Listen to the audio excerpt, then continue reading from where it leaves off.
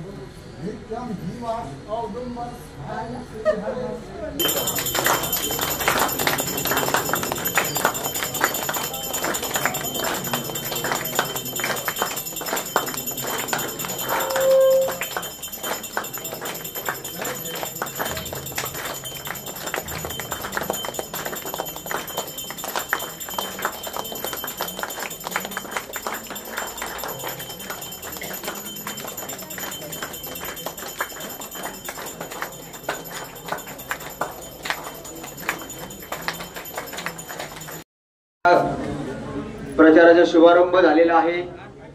या निमित्त प्रभाग क्रमांक 1 चे उमेदवार शुभम दादा जगताप, राऊतताई, माधुरीताई राऊत, मी स्वतः बाळासाहेब बिंताडे, जयश्रीताई, ज्योतिताई गिरबे तसेच आपल्या सासवड शहरासाठी अध्यक्ष पदासाठी उपस्थित राहिले उमेदवार सचिन दादा बोंगळे, तसेच 9 नंबरचे उमेदवार मंगे दादा बिंताडे, सर्वच जण इथं आरती घेऊन आज शुभाशीर्वाद घेऊन चांगल्या प्रकारचा प्रचार करून यशस्वी होतील असा मला पूर्ण विश्वास आहे। आपण पाहतोय सासवड त्रिशूल सोसायटी मधील सर्व सदस्य आपण गेले 8-9 वर्ष या रस्त्यामुळे त्रस्त आहोत।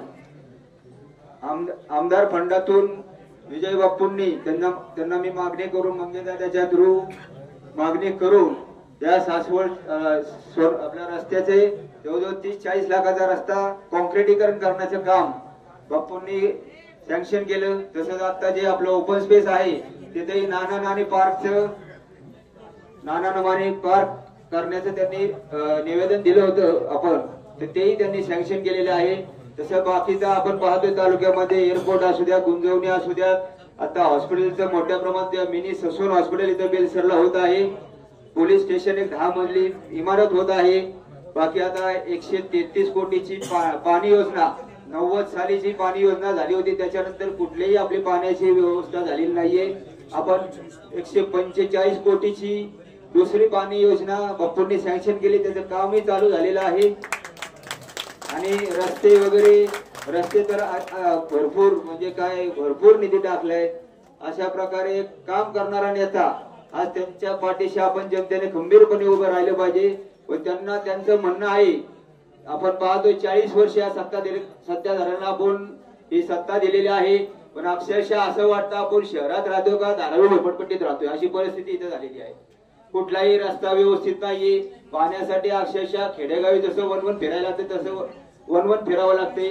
पाण्यामध्ये अक्षरशः आळ्या येतात अशी परिस्थिती इथं झालेली। पाणी एक तर येतच नाही, आले तर त्या अशी परिस्थिती म्हणजे कित्येक घरामध्ये पाण्याचे जार चालू आहे। पाणी नाहीये, रस्त्याची व्यवस्था नाहीये, गटर व्यवस्था तर काय बोलायचंच नाही। आमच्या इथे तर काय वरतून तारादत्त वगैरे सगळे हडगोतले सगळे ड्रेनेज व्यवस्था असे सोडलेले आहेत, आमच्या घरापाशी उपळतात। आणि इथून सर्व त्रिशूल सोसायटी पासून ते खाली सर्व सोसायटी मध्ये अगदी सोनोरी रोड निश्चितही अख्ख्या सासवडचं वरचं हाडकोतलं वगैरे दारादत्त पार्क सगळ्या वरच्या सोसायटीचं ड्रेनेजचं पाणी ओपन सोडलेलं आहे. भांडवलकरांच्या जमिनीतले 15 एकर जमीन ह्या गटराच्या पाण्यात गेलेली आहे. ती लोक त्रस्त आहेत. त्याचंही निवेदन बापूंना आम्ही परवा सांगितली. त्यांनी त्यांच्या सोयीसला पाठवून लगेच ते लिहून घेऊन त्याच्या मार्गी लावायचं शब्द दिलेला आहे. आणि हा असा काम करणारा नेता आहे. तर आपण सर्वांनी आता इतके वर्ष 40 वर्ष अनुभवले. एक 5 वर्ष फक्त सत्ता देऊन बघा आणि परिवर्तन नाही झाल्या आम्हाला परत उभे करू नका. अशा प्रकारे तुम्ही सर्वांनी आम्हाला मदत करावी ही माझी इच्छा आहे. दत्तगुरूंच्या चरणी मी शब्द देतो. आम्ही कामच करून दाखवू आणि आम्हाला फक्त कामासाठीच उभं राहायचं. आम्हाला बाकी काय नावाचं काय नाही. आमचं नाव भरपूर आहे. तरी सर्वांनी एक संधी द्यावी अशी मी सर्वांना नम्र विनंती करतो. धन्यवाद. जय हिंद, जय महाराष्ट्र. आमच्या जोडीला माधुरीताई तेजस राऊत. आम्ही दोघंही प्रचारात समारंभाच्या वेळेस फिरताना लोकांच्या अडीअडचणी जाणून घेताना खूप क्षुल्लक अशा अडचणी आहेत पण तेही करता येत नाहीये सत्ताधाऱ्यांना. जवळपास 20 वर्ष झालं गटरचं काकांनी सांगितलं गटरचे प्रॉब्लेम झाले. जवळपास फिरताना एवढ्या वासाने त्रस्त झाले सगळे नागरिक की तिथं डुकरं फिरायला लागले चांगल्या चांगल्या सोसायटीमध्ये. म्हणजे बारक्या पोरांना खेळायची सोय राहिली नाही तिथं. जर आपल्या प्रभागाचा विचार केला 1 नंबरचा तर जवळपास 3000 लोकसंख्या आहे. 3000 लोकसंख्या असताना जर आपण 5चा विचार केला तर 3000 लोकसंख्येत 500 मुलं पकडा. फक्त बाकी मुले 500 मुलांना खेळायला जागा नाही. त्यामुळे मुलं आज मोबाईल घेऊन बसतात घरी. त्यामुळे पुढे आपण फ्युचरमध्ये असं नियोजन करू की बाबा यंग जनरेशनला एक संधी देत असताना पुढचा अजून काय फ्युचरिस्टिक विचारांनी की काय डेव्हलपमेंट करता येईल आपल्या 1 नंबर प्रभागामध्ये आणि पूर्ण सासवडमध्ये जी गेल्या 20 वर्षापासून झाली नाहीये ती आपण बापूंच्या मार्फत करू. एक संधी द्या सगळ्यांना. यंग जनरेशनला संधी द्या. दादांना संधी द्या. अख्खा पॅनल निवडून आणा. 100% प्रगती होणार सासवडची. एअरपोर्ट होतोय. एअरपोर्ट बरोबर जी आपली सिटी डेव्हलप व्हायला पाहिजे तशी सिटी डेव्हलप होऊन हायटेक सुविधा जवळपास सीसीटीव्ही नाहीये. चांगले रोड नाहीयेत. म्हणजे खूप आत्ताच मूलभूत सुविधा नाहीयेत. ह्यांनी सासवड ऑलरेडी 30 वर्ष माघार नेऊन ठेवलेले आहे. जे आता पुढे फ्युचरच्या हिशोबाने चालले पाहिजे होतं ते ऑलरेडी 30 वर्ष मागे पडलेले. मी बापूला विनंती करतो की त्यांनी आपले 2 शब्द मांडावे. नगरपालिका निवडणूक सार्वत्रिक निवडणुका 2025 या निवडणुकीच्या दरम्यान सासवड शहरासाठी उमेदवार असणारे आपले सचिन सुरेश बोंगळे, ज्योतिताई चंद्रकांत गिरणे, बाळासाहेब पिंताळे, त्याचबरोबर माधुरी तेजस राऊत, शुभम आदित्य बापू जगताप या सर्वांच्या प्रचारार्थ आपण सर्वजण इथे जमलेलो आहे. धनुष्यबाणाच्या चिन्हासमोरील बटणं दाबून आपण प्रचंड बहुमताने त्या सर्वांना विजयी करा अशा प्रकारची विनंती करण्यासाठी आज आपल्या समोर. मित्र आता शुभमने सांगितलं ते वास्तव आहे. 50 वर्ष जे या नगरपालिकेला तशी 1869 साली झालेली नगरपालिका आहे. 146 वर्ष झाले आणि 146 वर्षातले 50-60 वर्ष एकाच घराण्याची एकाच घराची सत्ता इथे. दुर्दैवाने इथे गटर सुद्धा नाही. देशात 1 नंबरची पैसे देऊन प्राईज मिळवायचं. देशात 1 नंबरची नगरपालिका. नगरपालिकेला गटर नाही 1 नंबरची. पाणी 4-5 दिवसानंतर कधीतरी येते तरी देशात 1 नंबरची. अख्खे रस्ते उखडलेले आणि वाईट अवस्थेत आहेत तरी देशात 1 नंबरची. बाजारात जर ग्रामीण भागातून कोणी एखादी महिला किंवा औषधाला किंवा डॉक्टरसाठी इकडे आली मेडिकलसाठी तर तिला कुठेही शौचालय नाही. पिण्याचं पाणी देखील अख्ख्या बाजारात कुठेही नाही. पूर्ण पुरंदर तालुक्यातून आपले शेतकरी माल विकायला येतात. त्या तहसीलदार कचेरीच्या बाहेरच्या बाजूला जिथे आता सीताफळाचा बाजार होतो पावसाळ्यात अक्षरशः चिखलाची रबडी त्याच्यामध्ये लोक काम करत होते. आणि म्हणून अत्यंत 50 वर्षाची सत्ता एखाद्या ग्रामपंचायतमध्ये सुद्धा चांगलं काम होतं त्याच्यापेक्षा वाईट काम आणि दुर्लक्ष या सत्ताधाऱ्यांकडून झालेलं आहे. आणि म्हणून 50 वर्ष ज्यांना सत्ता दिली त्यांच्याकडून काही होत नाही. विजय बापूंनी अख्ख्या महाराष्ट्रामध्ये प्रसिद्धी झालेली आहे म्हणजे की मतदारसंघातला आमोलाग्रह गुंजवणीचं पाणी असेल, पुरंदर उपसाची स्कीम असेल, एअरपोर्ट असेल, आता दिवेच्या भागात येणार आपला IT पार्क असेल, प्रचंड मोठ्या प्रमाणात प्रगतीची कामं की महाराष्ट्रामध्ये हा तालुका 1 नंबरला जातोय.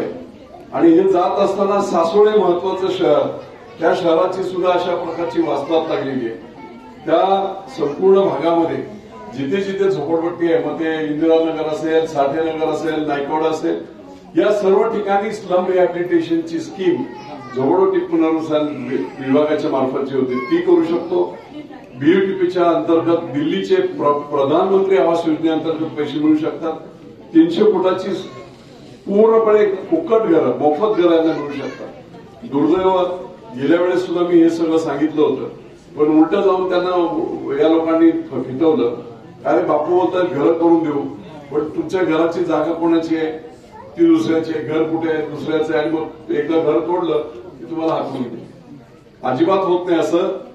या ही सगळी प्रक्रिया सरकारी पद्धतीने होते. तहसीलदार असेल, ऍडिशनल कलेक्टर असेल, हे सर्व लोक येतात आणि जिथे झोपडपट्टी आहे तिथली मोजमाप स्वतः करतात, सगळे कागदपत्र चेक करतात आणि जो घरात राहतो तोच मालक. अशा पद्धतीने त्याचं स्टे असते. काही नाही, कुठच्याही प्रकारच्या योजना करण्याची मानसिकता यांची नाही. म्हणण्यापेक्षा तेवढं डोकंच नाही. काहीतरी असायला पाहिजे, कर्मळ असायला हवी लोकांसाठी काम करण्याची. आता बघा, 2.5 वर्ष सरकार होतं महाविकास आघाडीचं. 1 रुपयाही सासवडच्या नगरपालिकेला आला. एकनाथराव शिंदे मुख्यमंत्री झाले आणि ताबडतोब 2 महिन्यामध्ये खंडोबा देवस्थानला मी 346 कोटी आणले. 109 कोटीचं काम पूर्ण झालं. 143 कोटीची पाणी पुरवठा योजना मंजूर करून, टेंडर करून, ठेकेदार नेमणूक करून काम सुरुवात झालं. 143 कोटी. सासवड शहरामध्ये जवळजवळ 12 कोटीचे रोड, 10 लाखाचे वेगवेगळे कॉन्क्रीटचे रोड. सत्य ते असताना सुद्धा काही करू शकत नाही. आणि म्हणून नगरपालिकांचा विकास जर खऱ्या अर्थाने करायचा असेल तर फक्त नगरपालिकेच्या क्षेत्रात राहणाऱ्या भाडेकरू म्हणजे घरपट्टी आणि पाणीपट्टीच्या टॅक्सवर करावर नगरपालिका नाही चालू शकत.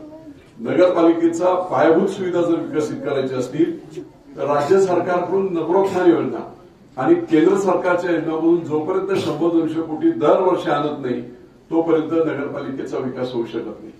आणि म्हणून हे फक्त बंडल मारतात. आमचे इकडे कॉन्टॅक्ट, तिकडे कॉन्टॅक्ट, काही होत नाही यांच्याकडून. फक्त पैसे द्यायचे आणि 1 नंबरची नगरपालिका देशामध्ये. आता जरा खरं म्हणजे त्याची इन्व्हेस्टिगेशन केली पाहिजे. अजितदादा पवार तिकडे बारामतीत करोड लाखो रुपये त्यांनी टाकलेले आहेत. 100, 200, 500 कोटी त्या नगरपालिकेत. आता त्याच्याही पाठी हे त्याच्यापेक्षाही सासवड 1 नंबरला आहे. म्हणजे खोटं किती करावं, धोलपेट किती करावी याचं हे पाहिलं पाहिजे. गटार योजना मी मंजूर करून दिली 67 कोटीची. 36 कोटी मी मंत्री असताना ताबडतोब दिले. ती योजना देखील पूर्ण करू शकले नाही. पैसे 33 कोटी परत गेले आणि पहिल्या टप्प्यातले जे 12 कोटीचं काम राहिलेलं, अजून 12 कोटीचं काम राहिलं आणि आता त्याची किंमत 20 कोटी झाली. त्यामुळे सगळ्या बाजूचा गोंधळ, भ्रष्टाचार, कचऱ्याची विल्हेवाट नीट नाही. अशा परिस्थितीमध्ये यांना ताबडतोब घरी बसवण्याची वेळ आलेली आहे आणि आपण सर्वांनी मिळून ते काम करावं. मी जी आता पिढी देतोय ती सगळी यंग मुलं आहेत, सगळी तरुण मुलं आहेत. एक नवीन पिढी सासवड शहरामध्ये समर्पित भावनेने काम करणारी, लोकांच्या हितासाठी काम करणारी मी देतोय. समोरच्या पॅनलमध्ये बघा, मटकेवाले, दारूवाले, व्याजवाले आणि 20-20 वर्ष तेच नगरसेवक आहेत. आता 20 वर्ष राहून सुद्धा काय करू शकलो नाही, तर आता काय करणार तुम्ही? आणि म्हणून तुम्ही सर्वांनी अतिशय जबाबदारीने मतदान करावं, धनुष्यबाणाला मतदान करावं. बाकीची या लोकांकडून कामं करून घेणे आणि बाहेरून पैसे आणून विकासाला जास्त साथ देणे याची सगळी जबाबदारी मी घेतोय.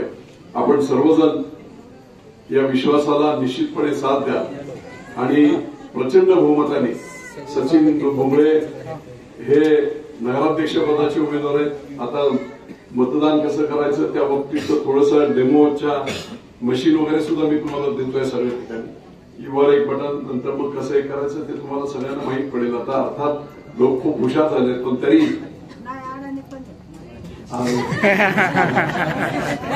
आपल्याकडे साखर कारखाना वगैरे नाही ना. कसं आहे, साखर कारखान्यात वगैरे 15-18 मतदान करतात. 20-20 मतदान करा. कारण हे जरा तुम्हाला मशीन डेमो मशीन मी देतो. ती डेमो मशीन बघून सेम तशी डेमो मशीन तिकडे असेल आणि आपण तसं मतदान करावं. आपले नातेवाईक असतील, आपले मित्रमंडळी असतील, त्यांना देखील माझा संदेश, मी काही सर्व ठिकाणी पोहोचू शकेल असं नाही, परंतु हस्ते परहस्ते माझा हा संदेश आपण सर्वांनी द्यावा. विधानसभेला प्रचंड चांगल्या प्रकारचं मतदान आपण केलं, त्याच्या पुढे जाऊन आता आपल्याला मतदान करावं लागेल. कारण आता स्थानिक लेवलवरचे सगळे नेते आहेत. आता बाळासाहेब बिंदाडे अख्ख्या संपूर्ण सासवड तालुक्यात प्रसिद्ध माणूस आहे, लोकांसाठी झटणारा माणूस आहे. शुभम चांगला एकदम, त्याचे वडील इथे कॉन्ट्रॅक्टर आहेत, चांगल्या प्रकारे लोकांमध्ये. सचिन भोंगळे 10 वर्ष, 2 वर्ष, एकदा 5 वर्ष हा काम करतोय. पुन्हा ह्या ज्या महिला आहेत त्या सुद्धा चांगल्या, अगदी सुशिक्षित, ज्योतिताई गिरमे वगैरे सगळी चांगली मंडळी आहे. त्यामुळे आपण सर्वांनी मतदान करावं अशा प्रकारची विनंती करतो आणि आपली रजा घेतो. जय हिंद.